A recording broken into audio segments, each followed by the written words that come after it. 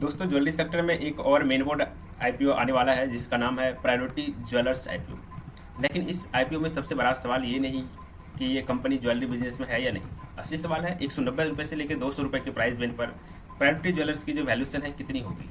Company का जो financial year 2026 है, इसमें आपको रेवेन्यू बढ़कर करीब 539 करोड़ पहुंच गया है, प्रॉफिट बढ़कर 17 करोड़ हो गया है और डेट टू इक्विटी रेशियो भी इसका लगभग घट गया है, 0.74 एक्स के आसपास है। लेकिन दूसरी तरफ लिस्टेड ज्वेलर्स कंपनी से इसकी वैल्यूएशन कंपेयर करेंगे तो पिक्चर थोड़ी अलग दिखाई देगी। तो क्या प्रायोरिटी ज्वेलर्स में आईपीओ में पैसा लगाना चाहिए या फिर अवॉइड करना चाहिए? आज की इस वीडियो में पूरी जानकारी लेंगे हम।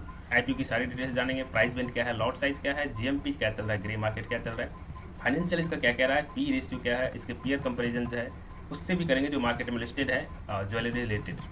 आईपीओ से मिलने वाले पैसे का इस्तेमाल कंपनी का कहाँ करेगी, स्ट्रेंथ पर करेगी या फिर किस पे करेगी, और इसके बारे में हम जानेंगे।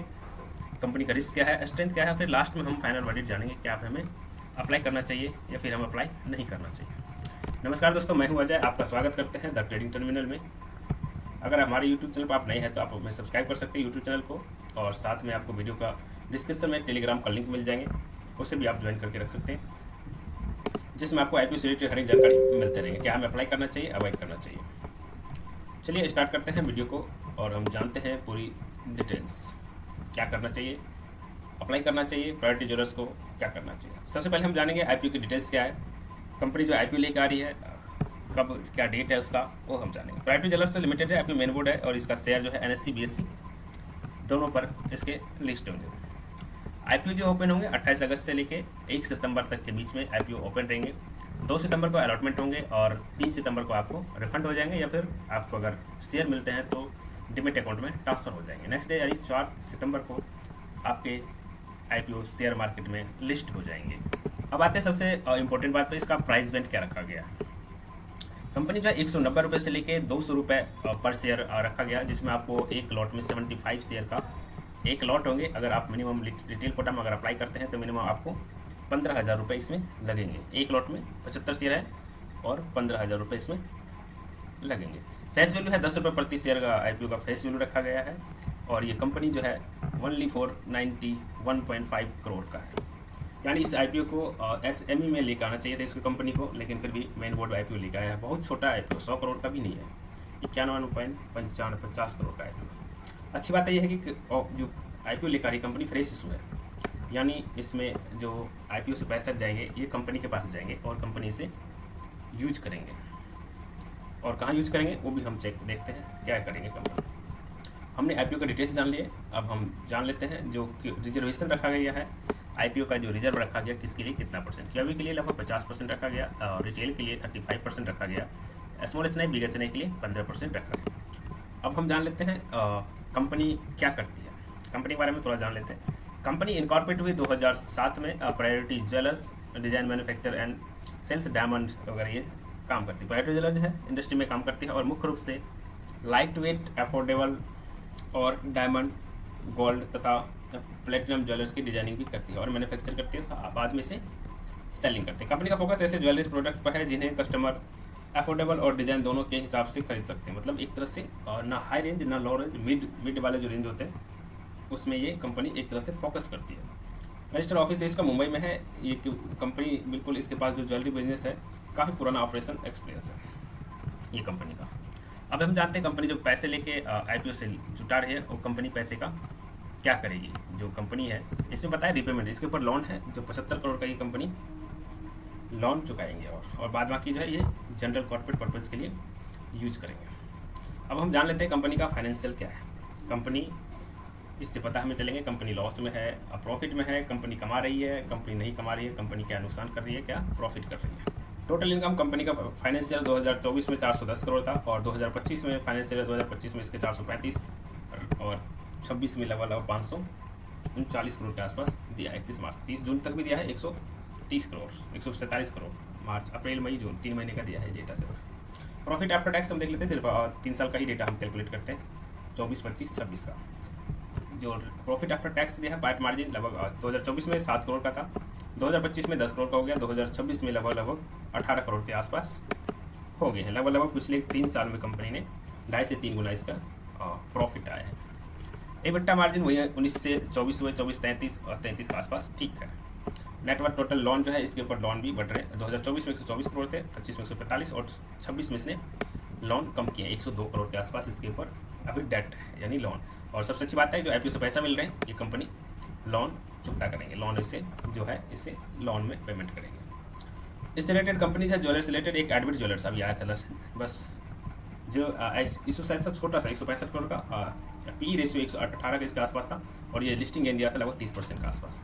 उसी तरह PNG रेवा डायमंड याद आपको अप्लाई किया था हम लोग बट मिला नहीं था, इसका ग्रे मार्केट चल रहा था अच्छा खासा, लेकिन ये लिस्टिंग दिया था सिर्फ 6% के आसपास।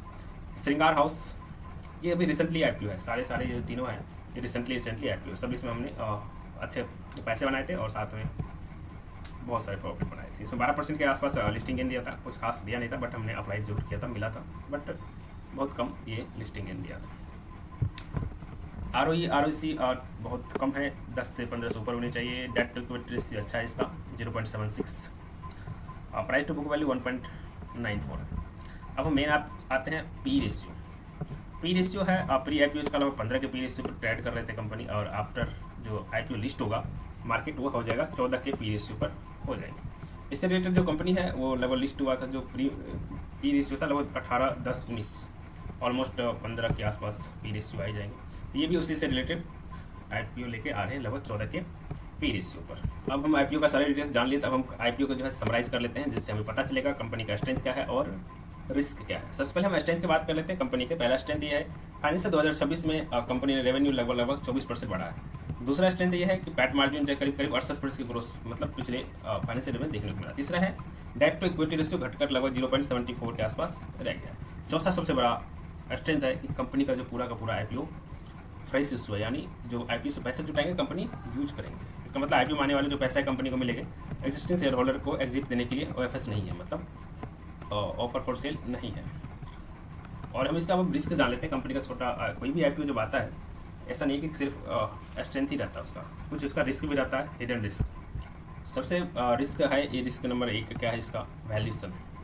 पोस्ट IPO बेसिस पर करीब लगभग 19-20 के वैल्यूएशन निकलते हैं, जबकि जो सिलेक्टेड लिस्टेड पीयर है उसका जो सिंपल एवरेज है लगभग 13 के पी रेशियो पर आ रहे हैं। इसलिए IPO को बहुत चीप वैल्यूएशन वाला नहीं कहा जा सकता है, ना ही महंगा भी कहा जा सकता है। दूसरा रिस्क नंबर है वर्किंग कैपिटल। ज्वेलरी बिजनेस में इन्वेंट्री और रिसीवेबल में जो है काफ़ी पैसे मिलता है। अगर इन्वेंट्री अगर यूज करें, अगर नया इन्वेंट्री बनाते हैं उसमें बहुत सारे पैसे खर्च होते हैं। आप ये देखते हैं ज्वेलरी दुकान अगर जाते हैं कैसे चमचमाते रहते हैं, उसमें बहुत सारे पैसे लगते हैं यूज होने में।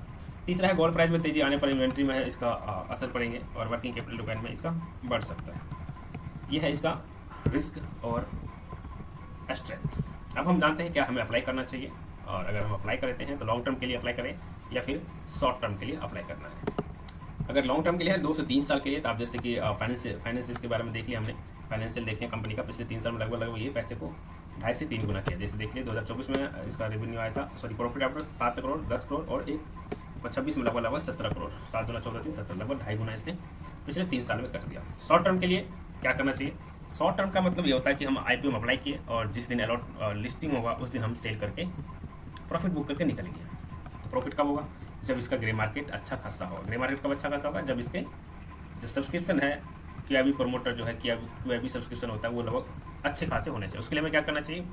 कुछ नहीं, आप टेलीग्राम चैनल ज्वाइन कर लीजिए जिसमें आपको IPO से रिलेटेड सारी जानकारी मिलेंगे और साथ में आपको इस पर ये भी जानकारी मिलेंगे क्या हमें अप्लाई करना चाहिए या फिर अप्लाई नहीं करना चाहिए, क्या ग्रे मार्केट चल रहा है वो भी हम आपको इसमें साझा करेंगे। चलिए हम तो अब इसमें जान लेते हैं इसका ग्रे मार्केट क्या चल रहा है। अभी लगभग इसका प्रायोरिटी ज्वेलर्स का लगभग 15% के आसपास, 14-15% के आसपास ग्रे मार्केट चल रहा है। और ग्रे मार्केट कभी भी एक्यूरेट नहीं होता। ये अभी 14 दिख रहा है, कभी हो सकता है 1 घंटे बाद 10 पे आ जाए, हो सकता है 1 घंटे बाद 80 पे आ जाए।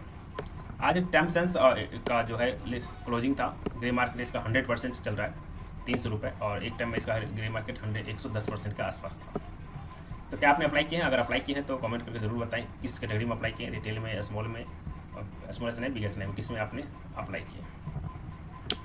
और एक डिस्क्लेमर है, ये वीडियो जो है ओनली फॉर एजुकेशनल पर्पज़ है। इसमें अगर आप शेयर मार्केट में पैसे लगाते हैं तो आप अपने फाइनेंशियल कंसल्ट कर सकते हैं। फाइनेंशियल एडवाइजर से आप जरूर कंसल्ट करें, उसके बाद ही आप शेयर मार्केट में पैसे लगाएं।